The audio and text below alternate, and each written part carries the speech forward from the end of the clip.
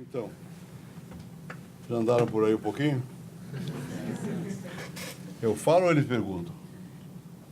Perguntem, fiquem à vontade. Estão aqui para isso. Tem que ter coragem. Pergunta coisa que eu saiba responder, não é fácil. Em geral, eu não sei. Vamos lá. Boa tarde, meu nome é Victor. E, senhor presidente, durante sua gestão como presidente da República, tiveram muitas empresas que foram privatizadas. Qual áreas você acha que não devem ser privatizadas? Bom, primeiro foi muito complicado o negócio da privatização em geral, né? Privatização não foi uma decisão minha, foi uma decisão do Congresso. Por que o Congresso tomou essa decisão? Porque antes do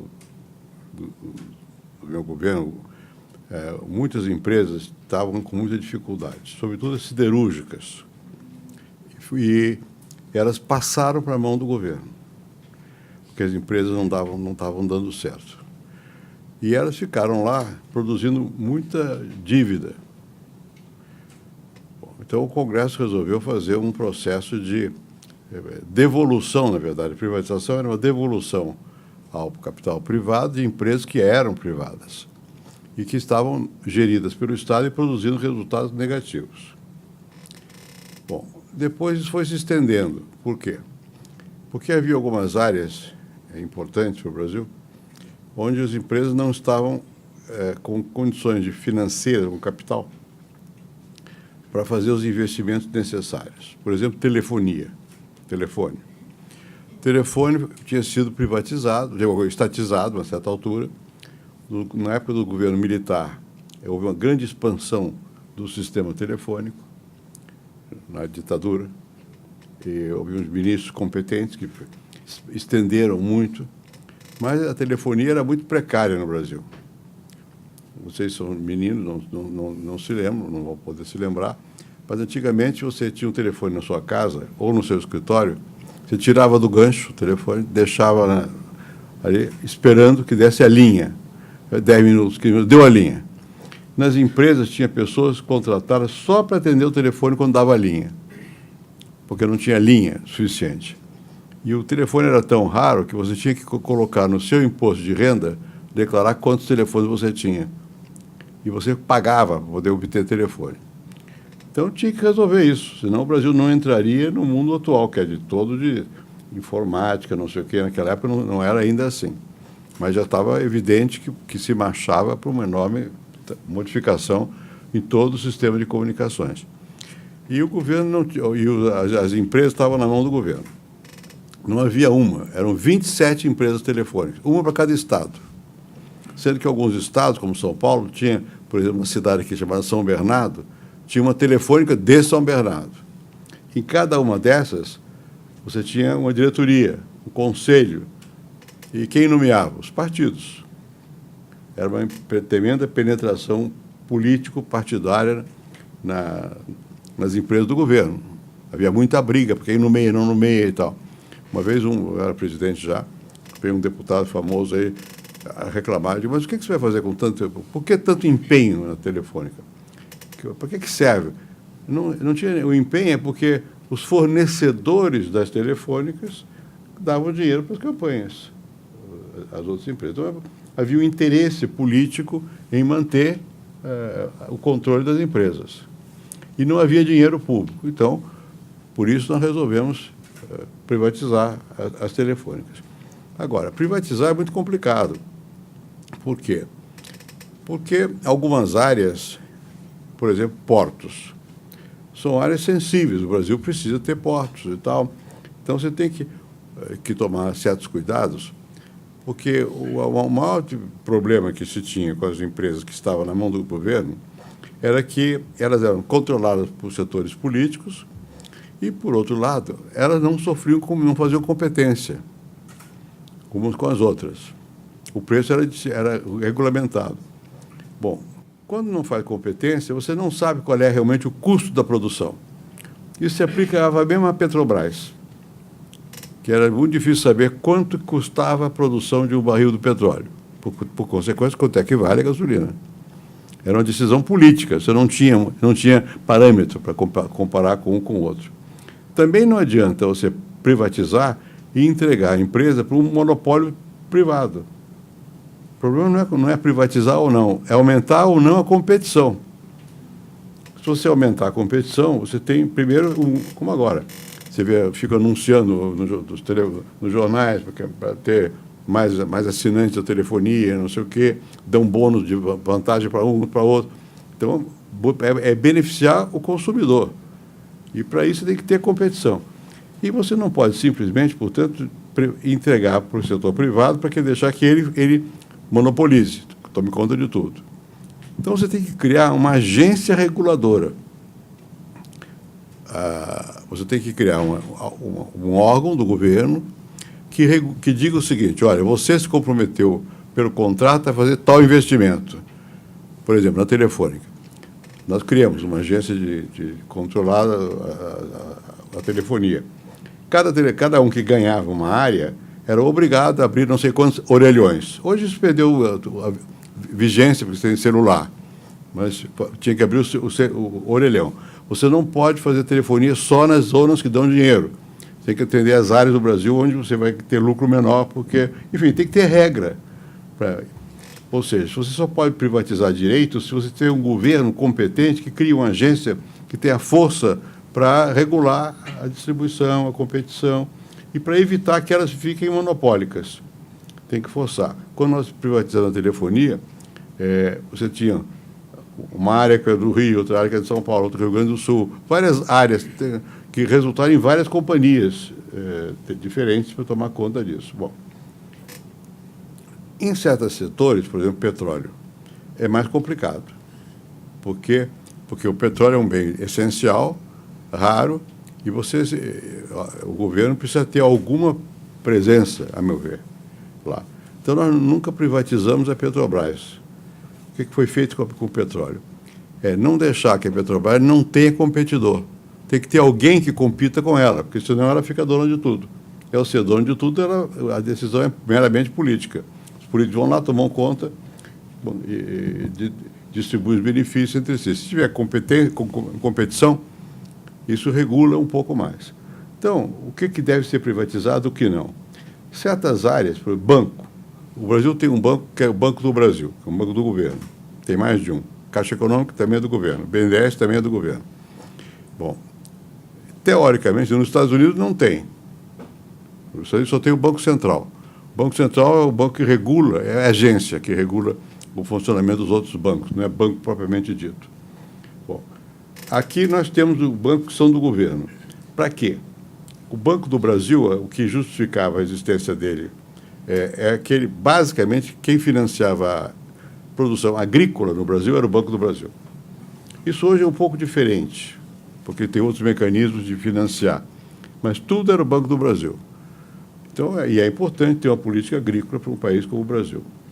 E, por outro lado, também, pelo menos eu acho que é bom que haja uma diversidade. Bancos nacionais, bancos estrangeiros e bancos públicos, do governo.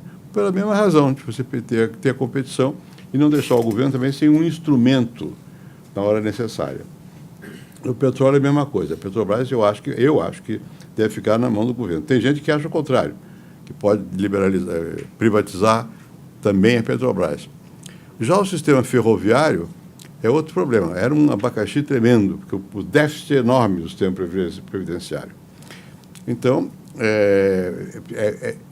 vai ter que, pouco a pouco, privatizar. Foi sendo privatizado e não está bem resolvido, por 1000 outras razões.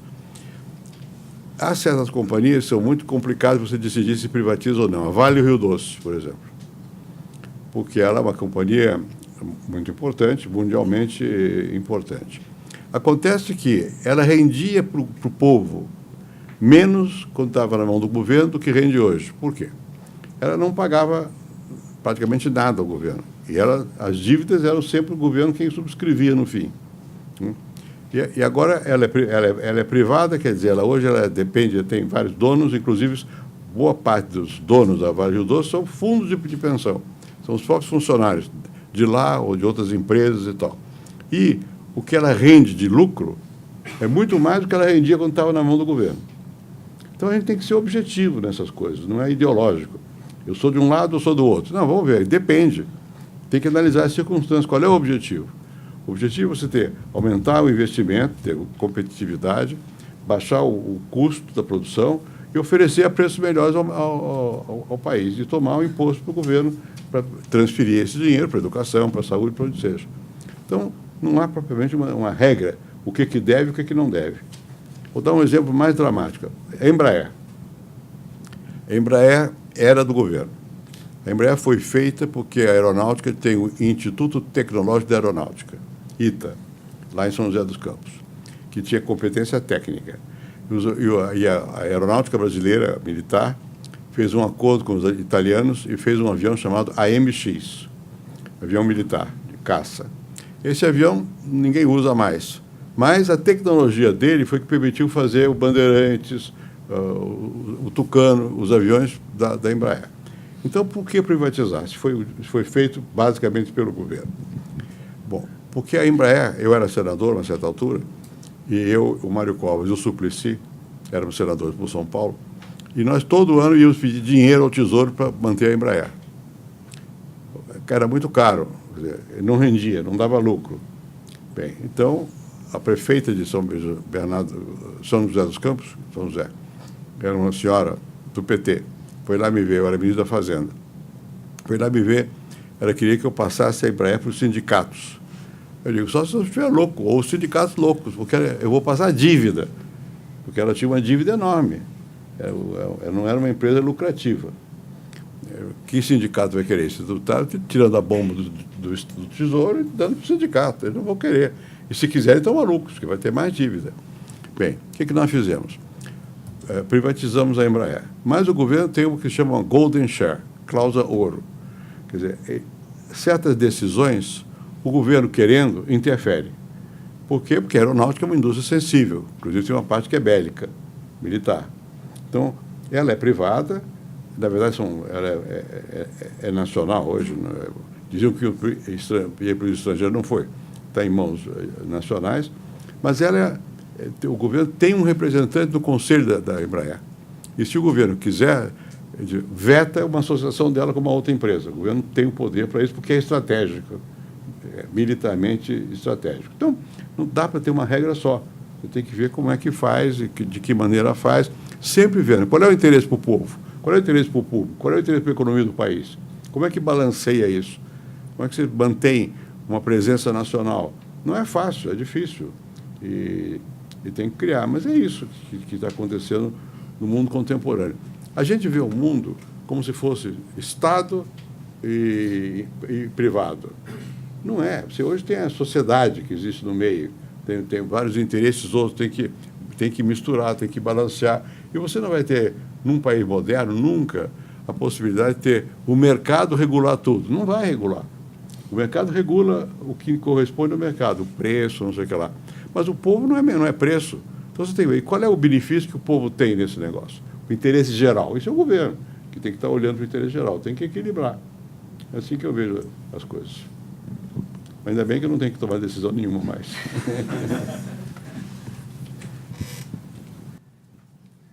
Boa tarde, meu nome é Wallace. Senhor presidente, durante a elaboração do Plano Real, na sua visão, haveria uma outra solução para a economia do país? E tendo em vista que a população sofreu principalmente com desemprego, e o senhor foi muito criticado, principalmente pelos valores das privatizações. Ela realmente foi a única saída? Vamos ver, são problemas diferentes aí. O meu que fazer, se não o real. O que foi o real? O real foi simplesmente um plano de acabar com a inflação. Você tem que acabar com a inflação. Quando a inflação... Sabe quanto é que era a inflação? Eu era ministro da Fazenda. Era de 20% ao mês. Ou seja, todo mês, no fim do ano, no mês, o assalariado perdia 20% do salário dele.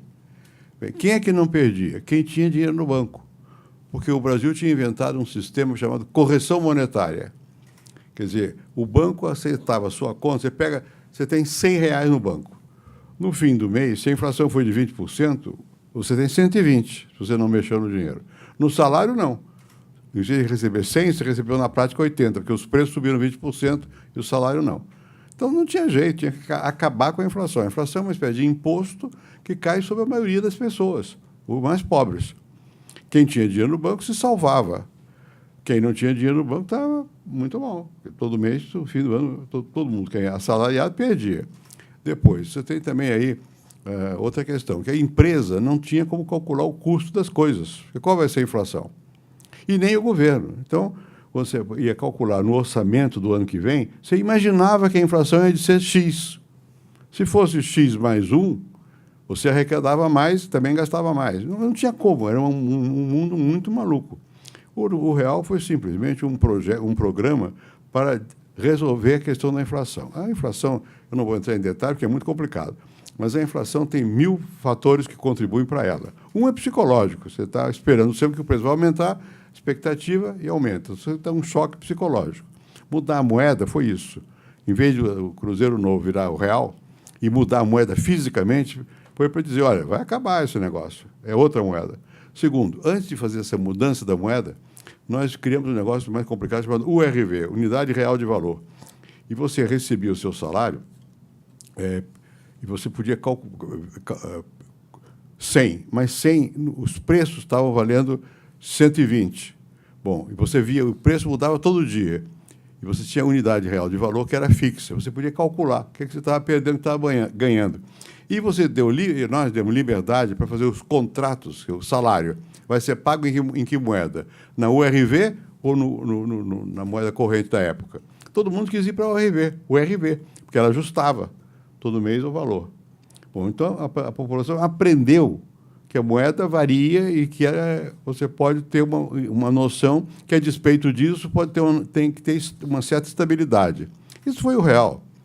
Um convencimento da população de que era esse mecanismo. E o que está por trás? A inflação é fruto também da desorganização financeira.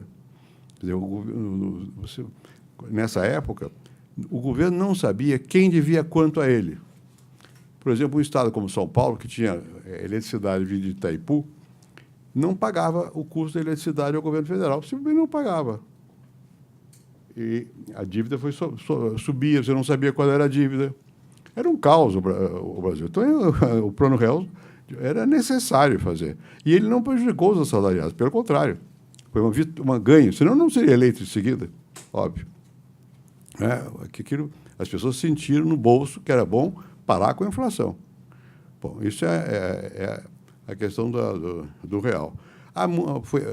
Talvez tenha sido o plano mais bem sucedido que houve para controlar a inflação, não só no Brasil, em geral. É muito difícil controlar a inflação. Os críticos criticavam que diziam que era um golpe. Por quê? Porque houve vários golpes no passado. As pessoas tentavam, não um golpe no sentido de que tivesse má fé, mas tentavam controlar a inflação, o cruzado, foi um plano. E, na hora H, gastavam muito, soltavam o gasto público, a inflação voltava. Bom, e achavam que ia ser a mesma coisa, mas não foi, porque nós controlamos o gasto público também. Então, quando você controla o gasto público, como agora aqui, é um momento difícil, porque para o dinheiro. Você não tem educação, não tem saúde. Por um momento, se você mantiver firme, se você reativar a economia, volta. Se você não mantiver firme e não reativar a economia, não volta, é pura perda. Mas nós mantivemos. Então, não houve prejuízo, ao contrário. Você medido pelo coeficiente Gini, que é o coeficiente que mede a desigualdade entre as camadas da população, você vai ver que depois do real, daí por diante, o coeficiente de Gini melhorou. E a desigualdade diminuiu. Não muito, porque no Brasil é muito grande até hoje. Mas não foi em detrimento da massa, foi a favor da massa. Então, esse é o lado da inflação. Agora, outra coisa é o valor da privatização. Bom, vou contar um só caso. Quando nós privatizamos a Siderúrgica Nacional e também a eletricidade do Rio de Janeiro, qual era o problema? É que não tinha quem quisesse. Nós tínhamos expectativa de um certo preço. No leilão, você diz assim, olha aqui, o preço mínimo é 50. Aí tem vários na competição querendo comprar. Não, eu dou 52, dou 53. Mas quando não tem quem compre, é complicado. Quer dizer, o preço está acima. Ninguém sabe quanto vale uma coisa. Você só sabe quanto vale quando você vende. Senão é uma apreciação. Você, mas historicamente eu investi mais nessa companhia. Bom, mas historicamente não conta nada. Fiz uma casa, eu botei muito granito, botei mármore, gastei muito, mas quanto vale? Vai valer o que derem, o que oferecerem praticamente na hora de vender. O dono pode dizer, bom, mas eu botei tanto dinheiro aqui, não tem a menor importância isso, era o que diziam. Vocês estão vendendo abaixo do preço histórico. Quer dizer, se você calcular o que foi posto numa empresa, mas só que ela não vale aquilo sumiu. Então, o valor é dado pelo mercado. Você vai lá na hora de vender, você vende por mais ou vende por menos. Quando você não tem quem queira comprar, quer dizer que o preço está acima. Se for baixo, ninguém vem comprar, né? Então, o valor é esse. E as pessoas imaginam um valor histórico. Deve valer não sei quanto. Vai valer o que o mercado oferecer, não tem outro jeito, né? Então, ela foi vendida pelo valor de mercado. Na verdade, a Telefônica foi a maior venda da história, não só do Brasil. O valor é enorme. Visto por hoje, é nada. Sempre assim. No passado, os preços eram outros, né? Então jogou fora o dinheiro público. Não é verdade. O dinheiro que valia naquela época é aquele. Você tem que olhar o seguinte, e depois, o que aconteceu? Melhorou ou piorou? Continuou rendendo ou não continuou rendendo? Para quem? Pagou imposto ou não pagou imposto? É mais complicado que simplesmente essa avaliação mais singela das coisas. Tá? Quem mais? Boa tarde, meu nome é William. Senhor presidente, eu gostaria de saber, terceirizar ou privatizar? Há diferenças? O senhor acha que terceirizar não seria a melhor opção? Bom, são coisas diferentes, né? Porque terceirizar é outra coisa. Terceirizar é quando você tem uma empresa e você, ao invés de você contratar pessoas para fazerem um serviço, você contrata terceiros para fazer aquele serviço. Agora, como é que você vai terceirizar a telefonia? O que quer dizer isso? Não tem como. Ou você privatiza, aí os que comprarem podem terceirizar. Hoje, muita coisa é terceirizada. Em geral, a limpeza, por exemplo, desses prédios todos aqui, é terceirizada. Por quê? Porque tem empresas especializadas no serviço. Mas o prédio não é terceirizado. Não tem como terceirizar tudo. Você terceiriza, é a mão de obra que você terceiriza, o serviço, né? Agora, tem que ir com cuidado, porque a terceirização, às vezes, pode ser boa para a empresa. Nem sempre é boa para o trabalhador. Você tem que ver qual é a regra do trabalho, como é que funciona o terceirizado. Se o terceirizado vai ser sindicalizado, se vai diminuir o valor do salário, enfim, é complicado. Mas é uma tendência do mundo contemporâneo você ter empresas que se especializam em certas áreas. Aí você justifica, terceiriza. Tudo isso vai depender também da oferta e da capacitação da mão de obra. Se você tiver muita mão de obra e pouca capacitação, o salário cai. O salário não é definido arbitrariamente, tem a procura. Se você tem muita gente querendo trabalhar e poucas pessoas com capacidade para trabalhar, essas que têm capacidade vão ganhar mais. E algumas vão ficar até desempregadas. É claro que do ângulo social, e você sabendo como é que é o sistema capitalista, como é que ele funciona, e, sobretudo, agora, que você tem uma enorme transformação tecnológica e que você tem uma tecnologia que emprega menos mão de obra e que emprega mão de obra só muito qualificada ou mais qualificada, e os outros? Como é que você faz com os outros? É um problema que o governo tem que olhar. Não é o problema da empresa olhar, porque a empresa vai olhar para o lucro, mas o governo não tem que olhar para o lucro só, tem que olhar para o resto. E aí você vai ter que ter imposto, e você vai ter que ter formas de compensar isso. Por exemplo, pode parecer surpreendente, um dos maiores capitalistas do mundo, é um mexicano que eu conheço, ele me disse, eu vou à Europa para convencer os governos europeus de diminuir a jornada de trabalho. Em vez de trabalhar 8 horas por dia, trabalhar 6 ou 4. No futuro vai ter que ser assim, porque não vai ter emprego para todo mundo. Se você diminui a jornada de trabalho, pode ser. Agora, como é que faz isso? Tem que olhar com cuidado. Se o Brasil fizer isso, ele perde, porque vai diminuir a produtividade da empresa. Então, as outras lá vão ter lucro. Tem que ser uma coisa global. Mas vai ter que diminuir a quantidade de trabalho necessário. E mais, você vai ter que fazer até a renda mínima, que estão discutindo no mundo. Mas não adianta fazer aqui. Tem que ser uma decisão mais global. Quer dizer, o que quer dizer isso? Pessoas que não vão ser empregadas, mas vão ter que viver. Como é que vive? Você vai ter que cobrar, de alguma maneira, algum imposto, alguma coisa assim. Agora, e depois, faz o que com essa gente? Vai ter que aumentar a educação, aumentar o entretenimento, enfim, não temos que inventar um outro mundo. É difícil, mas isso está aí. Nós estamos assistindo isso em toda a parte, esse problema. Não é o nosso aqui ainda. Nós estamos ainda muito mais atrasados do que em tecnologia e em tudo. Então, a terceirização faz parte desse processo de modernização. Vai acontecer. O problema é como é que acontece de modo a não causar danos à mão de obra. Duas coisas, não precarizar o trabalho e não de baixar o salário. Isso vai depender de muita medida adicional à terceirização. Boa tarde, meu nome é Marcos. Gostaria de saber, senhor presidente, atualmente há duas questões muito sérias sobre a privatização. Uma delas é da Amazônia e da Petrobras. Gostaria de saber a sua opinião e quais benefícios essas desestatizações trariam ao povo? Eu não entendi. Quais benefícios essas desestatizações trariam ao povo? Não tem a ver desestatização da Petrobras? Não, vou dizer. Tipo, hoje em dia... calma, estou perdendo. Atualmente há duas questões muito sérias sobre as privatizações. Uma delas é da Petrobras e outra da Amazônia. Gostaria de saber a opinião do senhor e quais benefícios essas desestatizações trariam ao povo. Veja, sobre a Petrobras eu já disse, eu acho que a Petrobras, eu não vejo razão para privatizar a Petrobras. Eu vejo razão para você ter competição com a Petrobras. Uma coisa é privatizar a Petrobras.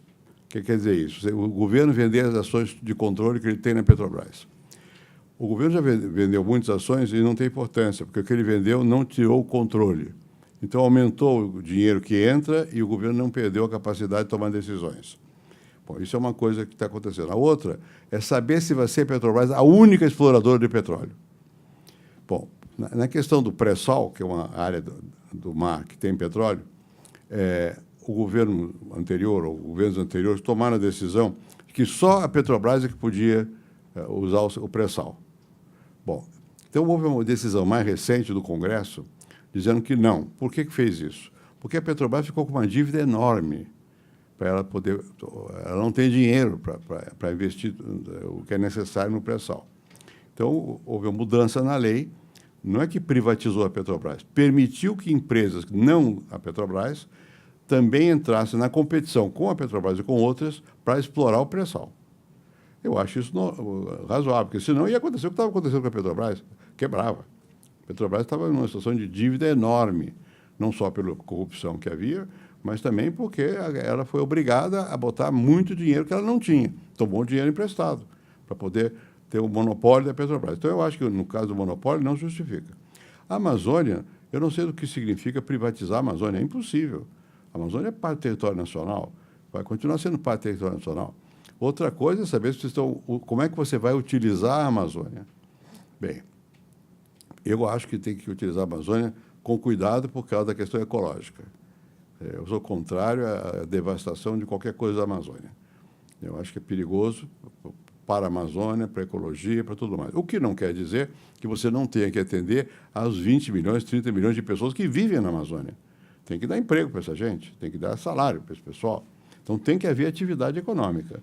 Essa atividade econômica pode ser feita, a meu ver, compatibilizando com a preservação da Amazônia, como floresta. Agora, eu não creio que seja possível imaginar privatizar a Amazônia. Não tem sentido. Nem passa pela cabeça de ninguém privatizar a Amazônia. Pode ser que passe pela cabeça, como fizeram agora, e eu tenho reservas, o que foi feito, considerar certas áreas como passíveis de mineração. Por que eu tenho reserva? Porque eu acho que tem que preservar tanto a Amazônia, as árvores, quanto os indígenas da Amazônia. E se você entregar aquilo, a exploração mineral aberta, vai prejudicar. Né? Seja privada, seja estatal, seja nacional, seja estrangeira. Vai prejudicar. Né? Mesmo a Petrobras tem postos na Amazônia. Eu estive lá vendo. Esses postos eles são cuidadosos, eles procuram fazer o máximo possível de preservação ambiental. Mas tem que ir, eu acho que é uma área sensível, não por causa de estratégia, porque vai haver invasão, não. É porque é necessário para a natureza você manter esse circuito que a Amazônia produz, de chuva e ventos e tudo mais. E se você deixar tudo aquilo à exploração pública ou privada, estatal ou privada, vai dar mau resultado para a humanidade e para nós também. Então, eu iria com cuidado. Boa tarde, meu nome é Tamires, e eu gostaria de saber se, quando o senhor tomou a decisão de ser ministro da Fazenda e elaborar o Plano Real, eu queria saber quais foram as consequências boas ou ruins desse plano. Bom, a boa é que parou a inflação, né? E, que é uma coisa ruim, eu não sei qual foi. Aquilo é um momento, quer dizer, a gente se refere ao Plano Real como se fosse uma coisa contínua, não é. Foram medidas necessárias para parar a inflação. Os que eram críticos do Plano Real diziam que ia ser em prejuízo dos trabalhadores. Não foi, foi o contrário. Quer dizer, os trabalhadores ganham, a moeda sendo estável, o trabalhador ganha mais também. E o assalariado, né, o trabalhador, todo mundo ganha mais. E o governo tem momentos que fica com dificuldade, porque o governo tem benefício indireto da inflação. Vou te explicar já. Você faz uma obra, você não paga durante 3 meses, pronto. A moeda cai, quando você for pagar, você pagou menos. Para o governo é vantajoso. É claro que isso não era sempre assim. E o governo também tinha mecanismos de correção. Quando você ia pagar o imposto era corrigido. Enfim, sabia se defender. Mas é sempre uma instabilidade muito grande. Então, eu não acho que tenha havido qualquer mal negativo de fazer o Plano Real. Negativo para alguns políticos que perderam a eleição, porque apostaram contra o real e tal, achavam que o real ia ser uma tragédia. Então, eles perderam. Agora, o país não vejo no que perdeu, né? Eu acho que manter a inflação baixa é bom. O que não quer dizer que você tenha que ter uma política assim, absolutamente de controle. Isso é muito complicado. Monetário é mais complicado do que isso. Nem os governos podem ficar completamente sem dívida. Não é bem assim. Mas controlar a inflação é bom. Nesse momento, a gente não está nem percebendo. A inflação caiu muito. A inflação desse ano está muito baixa, 2,7% em 12 meses. Isso é uma vantagem enorme, porque, senão, se fosse a 10%, você estava perdendo 10% do seu salário. E, na renegociação, dificilmente repõe os 10%. Repor 2,7% é mais fácil.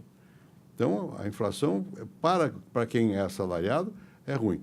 Qual é o problema se você tem se você começar a ter uma queda além de certo ponto? Aí pode complicar também, porque diminui a poupança. Bom, isso é mais complicado, não vamos entrar nisso. Mas, em geral, um programa de estabilidade, quando dá certo, beneficia a todos. Não vejo que mal possa ter nisso.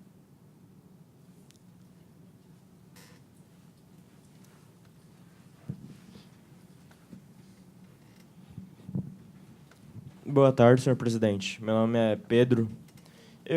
Minha pergunta é relacionada à situação atual do Brasil. Nós estamos passando por uma crise, tanto política quanto econômica. E eu gostaria de saber o que o senhor faria se tivesse em exercício na presidência nesse momento. Daria um tiro na cabeça. O que o senhor acha quais pontos você acha que são os principais que precisam mudar para melhorar a situação do país nesse momento? Veja, é um processo difícil que nós estamos, porque ele está desaguando, num dado momento, uma série de problemas ruins, negativos, né? Porque as finanças públicas se desorganizaram. O que quer dizer isso? O governo se endividou mais do que podia e manteve uma política de aumentar o consumo sem aumentar correspondentemente o investimento. Isso leva à dívida, levou ao endividamento. As famílias ficaram endividadas, o governo está endividado, uma desordem financeira grande, tem que botar isso em ordem. O governo está tentando botar em ordem, mas vê a dificuldade. Puseram um teto de gasto de orçamento. O que acontece? Você tem despesas que são fixas. Você não pode baixar o salário, você não pode emitir pessoal, né? Então, o que você pode cortar? É o gasto do recurso que vai para o giro cotidiano. Afeta a saúde, porque o serviço fica pior, né? Mas é uma condição. Como é que você resolve isso? Só se a economia retomar o crescimento. Se não retomar o crescimento, você não resolve essa questão. Né? Por que não resolve a questão? Porque não vem recurso para o governo. Os impostos são menores, relativamente. Em termos absolutos é maior, mas relativamente é menor o imposto. E você tem um teto, você não pode fazer mais dívida, você não pode... O déficit consentido já é de 160 bilhões de reais. Isso não dá nem para vocês imaginarem, é um dinheirão enorme. Divide por 3, dá mais de 50 bilhões de dólares. Isso está lá no déficit, isso é já o governo, dia deste ano, num ano. Está aumentando a dívida nessa proporção. Os economistas calculam qual é a proporção da dívida com relação a o valor de toda a produção do Brasil. Nesse momento é de 70%, mais ou menos. O governo deve 70% do valor da produção. Bom, isso já é um limite grande. Pode dever mais, mas depende de qual é a taxa de juros. E não é a taxa de juros nossa, é internacional. A nossa também, porque o governo deve aqui também. Por SAT está baixando a taxa aqui. E a internacional está quase zero, está baixíssima. Então, isso dá um certo alívio, se você conseguir investimento. Então, o governo fez um programa de segurar o gasto. Todo mundo vai gritar, porque vai sentir. Né? Você vê no Rio de Janeiro, escola, polícia, não recebe salário. Os estados, vários estados estão quebrados. Mas já estão quebrados. Não foi esse governo que quebrou. Já estão quebrados. Então, você tem muito problema financeiro que deriva de políticas erradas a partir de um determinado momento. Eu diria que lá por volta de 2010, 2012, a coisa enfim, deu confusão. Bom, e nós temos confusão posta aí. Segundo lugar, o sistema político brasileiro, que foi montado na Constituição de 88, eu estava lá, eu fui redigir junto à Constituição, um pedaço eu escrevi, tudo bem. Nós não imaginávamos o que nós estávamos fazendo na parte política. Nós criamos um sistema partidário que permite a multiplicação de partidos. Então, nós temos hoje no Congresso 28 partidos. E temos fora, na fila para virar partido, uns 50. Bem, não tem posição política para preencher isso aí. Não tem posição ideológica, política ideológica de 28 diferentes. Não tem. Então, não são mais partidos no sentido clássico. São agregações, grupos de pessoas que se juntam para obter certas vantagens. Qual é a vantagem? Eu só voto se você me der um ministério. Eu só voto se você me der uma diretoria não sei de onde. E, então, você tem uma dificuldade enorme para quem está governando de como é que faz. Você, para governar, tem que fazer lei. Tem que ter maioria. A maioria está formada por 28 partidos. Para terem uma ideia, os 3 principais partidos hoje no governo, no Congresso, são PT, PMDB e PSDB. Juntos, eles não chegam a 200 deputados. 100 e não sei quantos, 190 por aí, 180. De 513. E eles não estão juntos. Você imagina a fragmentação que é isso. Como é que você vai governar? É muito difícil governar. Isso está explodindo. Isso está explodindo. Hoje estamos discutindo uma acusação contra o presidente da República. Não vou entrar no mérito se é justo ou não é justo e tal. Os deputados, nessa hora, dizem, eu voto, mas eu preciso de tal coisa. Então, complica. Então, esse nosso sistema está esgarçado. Está esgarçado. Então, você tem um problema financeiro complicado, que, mais ou menos, o governo está tentando ajeitar para o longo prazo, e só ajeita se houver crescimento. Só haverá crescimento se houver confiança. Só haverá confiança se o governo governar. E o governo não está conseguindo governar porque tem essa confusão toda, e tem denúncia, tem desmoralização. Então, é um imbróglio danado. É um imbróglio danado. Você vai... Em vários momentos da nossa história, nós tivemos situações... no meu governo, nunca houve isso, nem no do Lula, mas eu vi, em vários momentos da história, situações semelhantes. Em geral, isso resulta numa mudança qualquer da ordem do poder. Quer dizer, uma nova organização, diminuir o número de partidos, fazer um semipresidencialismo, não sei o que vou inventar aí pela frente. Mas vai ter que dar uma chacoalhada, porque ele está mostrando que ele não tem... O nosso sistema não tem eficiência e a população não acredita mais. Já perdeu a confiança. E quando perde a confiança, quebra o cristal. Né? Como é que vai recompor isso? Provavelmente vai precisar de uma liderança que tenha capacidade de falar com o país, explicar e tal. Um vai ser contra, outro vai ser a favor. E tem um outro dado novo, né? Além da mídia tradicional, você tem a mídia social, a internet. E você põe lá o que você quiser. E não tem curadoria, ninguém vai saber se é correto ou errado. Botou lá, está lá. É um problema, porque cada um põe o que quer, interpreta, não sei o quê. Então, governar hoje é muito mais complicado do que foi há algum tempo atrás. Mas não vai mudar isso. Não vai mudar, porque são dados, já são dados, está aí na sociedade. Então, eu tenho que olhar que haverá, acho eu, isso não é um problema que resolve com uma decisão, é um processo. Nós estamos nesse processo. Sem perceber, nós estamos nesse processo. As coisas vão ter que se reajeitar. Né? Por outro lado, isso é opinião minha, mas eu já expressei várias vezes, até para os interessados, isso só vai ser possível de acertar mesmo quando tiver voto outra vez. Quer dizer, tem que consultar a população, você está de que lado? É esse, é aquele outro. E se alguém que tenha voto, que tenha, portanto, a confiança da população depositada e que tenha, ao mesmo tempo, não basta ter só o voto, visão e que sabe para que direção vá e mostra ao país qual é o rumo para acertar as coisas. Então, eu acho que vamos levar, pelo menos, até ter uma eleição e ter sorte nessa eleição, ganhar alguém que tenha capacidade de explicar o país e propor, dentro da democracia, obviamente, propor um arranjo que seja mais eficiente para poder governar. É isso, é o que eu acho. Só mais duas perguntas, pronto. Boa tarde, meu nome é Daniela. Senhor presidente, o senhor poderia me explicar por que os políticos, mesmo sendo investigados e, em alguns casos, condenados, ainda assim irão concorrer para cargos públicos nas próximas eleições? Isso, eticamente, não é imoral? Não só, a questão não é só ética, é legal, não pode. Porque tem uma lei chamada Lei da Ficha Limpa. Se a pessoa for condenada em duas instâncias, quer dizer, o tribunal, o juiz da comarca, o juiz local, o juiz Moro, local, ele só não basta.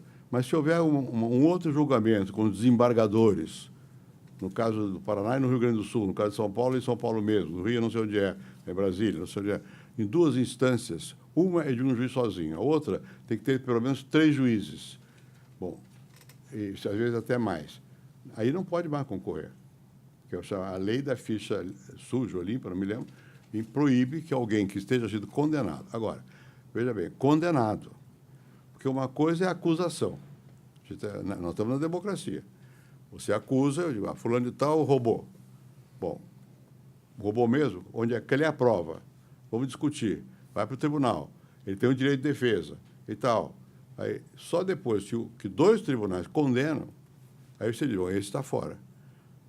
Porque senão é arbitrário. Você pode acusar quem você quiser e qual é a defesa que você tem. Tem que ter alguém que julgue, e julgar em mais de uma instância. Então, é isso. Qual é o grande problema, a meu ver, que nós temos? É a lentidão da justiça, que dá a sensação de que é impunidade. Não é? E nesse momento, nós estamos com uma outra situação. A justiça está decretando prisão provisória. E é complicado também, porque até quando? Eu entendo que tem que haver prisão provisória, mas não pode ficar preso provisoriamente 2 anos. Tem que condenar. Né? Quer dizer, e é preciso que a justiça caminhe mais depressa. Né? Mas tem que manter a regra da lei. Quer dizer, isso é fundamental. Se você não tiver as regras da lei, inclusive o direito de defesa e o quanto mais... É difícil você aceitar, vira impunidade, você vira abuso. Então, você tem abuso porque o pessoal roubou e não foi punido, e tem abuso porque, sem provar que foi punido, também está punido. Então, tem que ir com jeito nas coisas, mas tem que ir, tem que ir.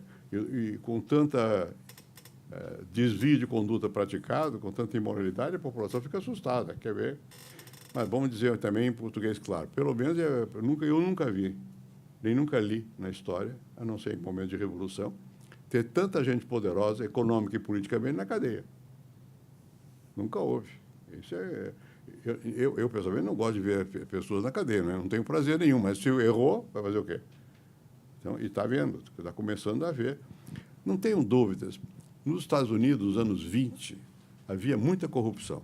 Deve haver até hoje, mas nos anos 20, depois daquela coisa de confusão com o pessoal da máfia e não sei o que e tal, mas fora disso, os partidos, havia muita corrupção. Bom, como é que diminuiu a corrupção? Crime e castigo. Não tem outro jeito. Se você não tiver crime junto com... Se ao crime não seguir um castigo, só pela virtude, é muito difícil que as pessoas se comportem bem. É preciso ter medo do castigo. Agora, isso não pode ser arbitrário. Tem que ser o castigo como a lei declarou, com certas regras, senão também vira um regime despótico.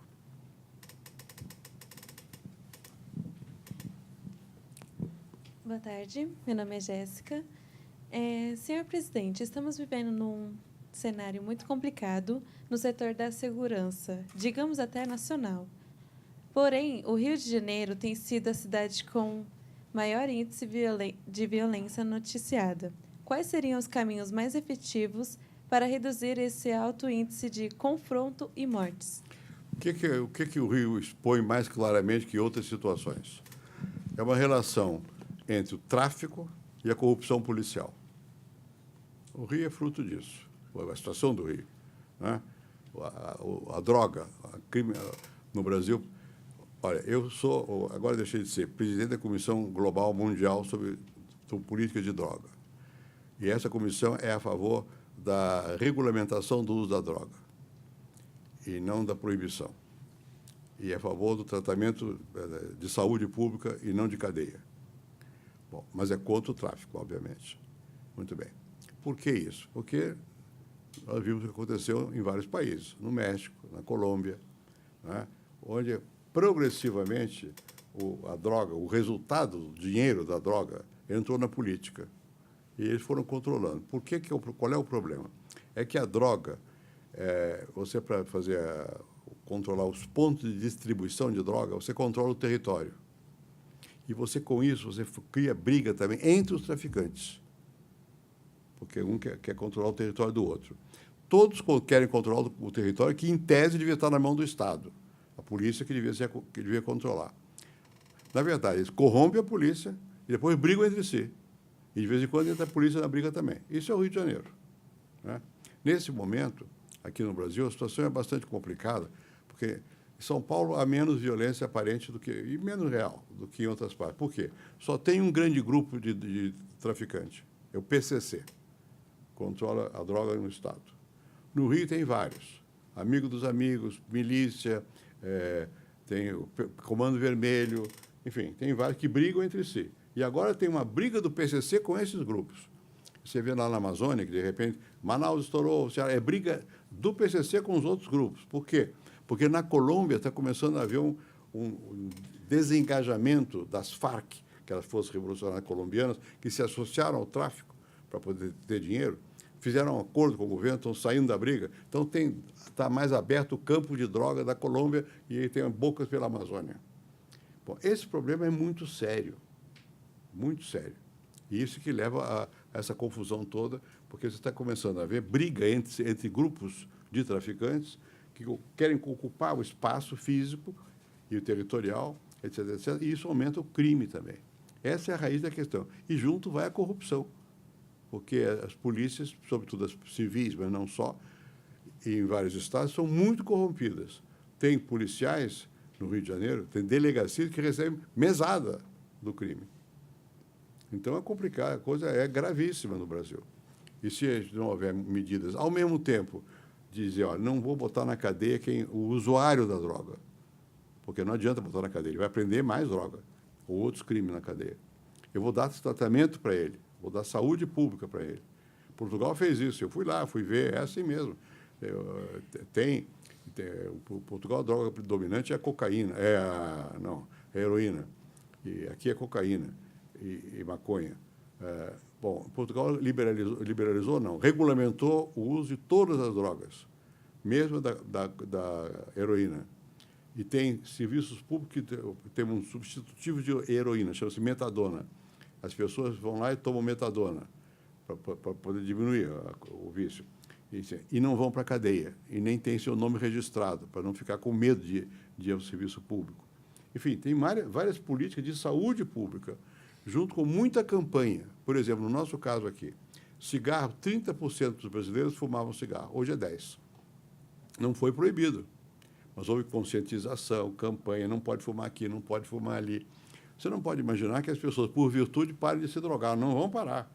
Você tem que controlar, tem que dizer que faz mal, tem que mostrar que faz mal, tem que limitar. Mas não adianta trancafiar na cadeia que lá vão fumar também, ou vão se drogar também, e vão aprender outros crimes. Então, é um problema, talvez, o mais grave da sociedade brasileira.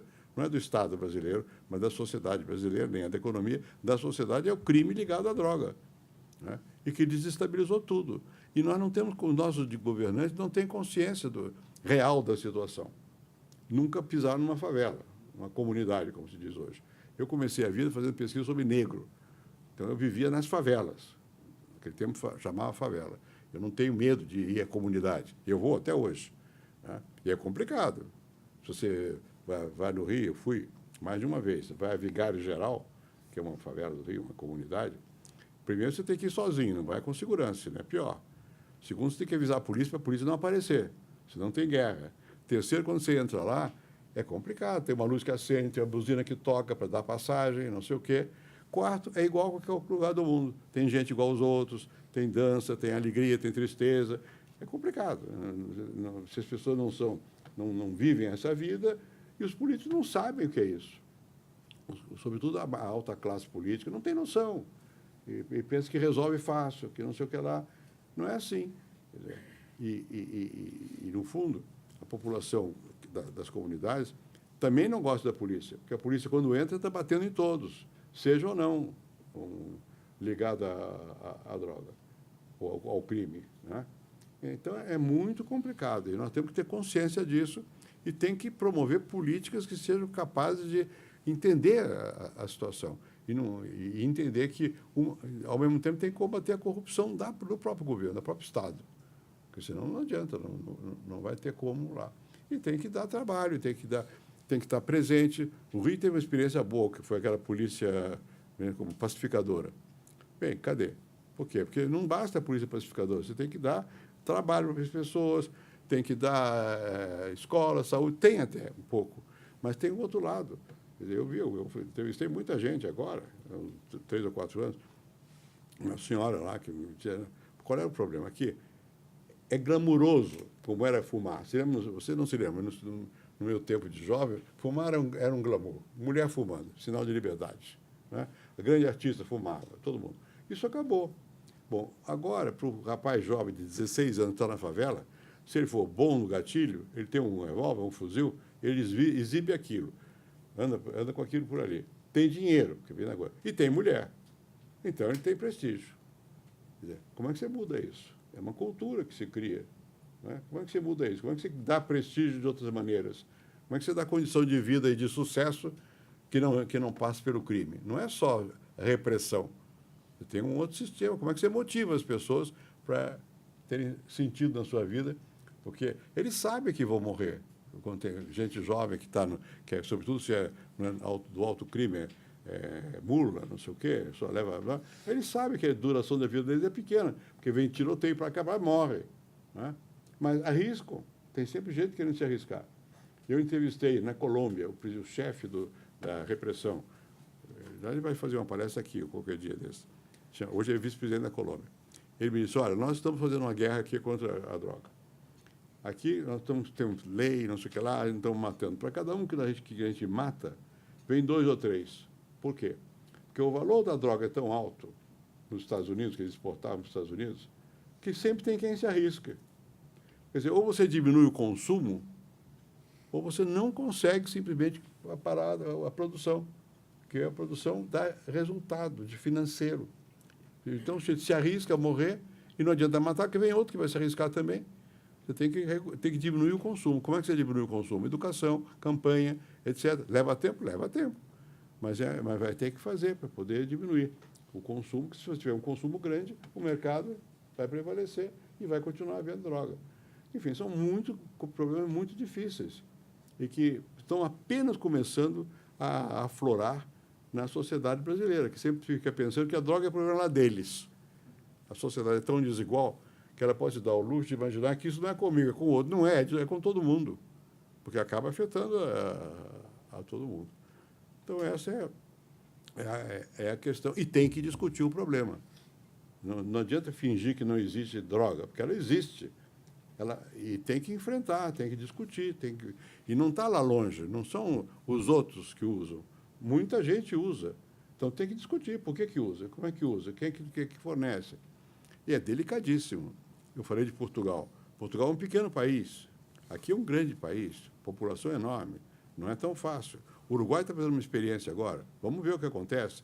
Não há receita pronta e acabada. Faz assim que resolve a droga. Não.